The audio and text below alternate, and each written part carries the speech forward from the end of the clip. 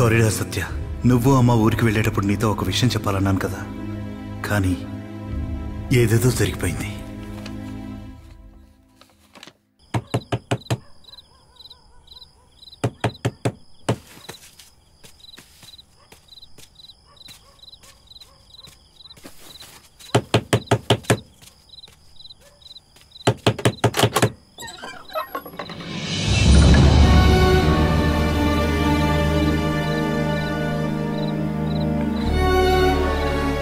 స్వర్ణ,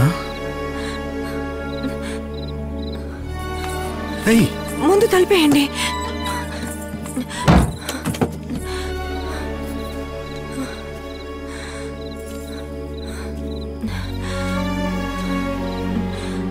స్వర్ణ,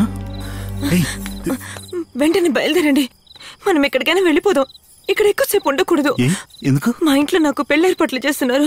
మా అత్త వాళ్ళ పెద్ద నాకు పెళ్లి చేయాలనుకుంటున్నారు. నాకేం చేయాలో తెలియట్లేదు, అందుకే వచ్చేసాను. పిచ్చి, ఈ టైంలో నేను వెళ్తావు? ఎవరైనా చూస్తుంటే? నీకేమైనా పిచ్చా? ఎవరైనా చూస్తే తల ప్రమాదం. ముందు ఇక్కడి నుంచి వెళ్ళు. నేను వెళ్ళను. స్వర్ణ, నిన్ను నమ్మొచ్చాను, ఇక నాకన్నీ నువ్వే.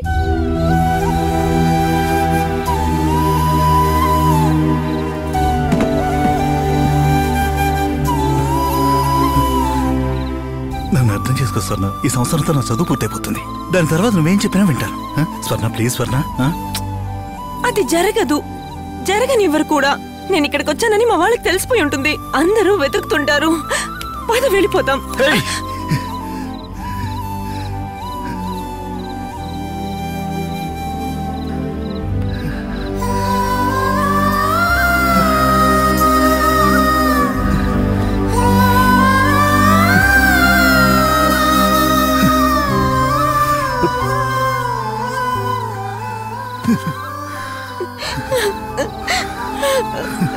ఎందుకైనా నాతో ఇన్ని రోజులు ఇలా మాట్లాడారు?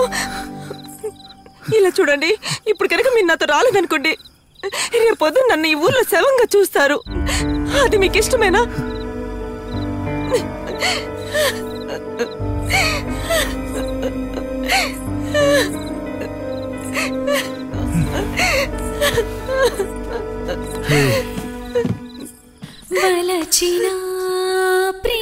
అది కాదు స్వర్ణ.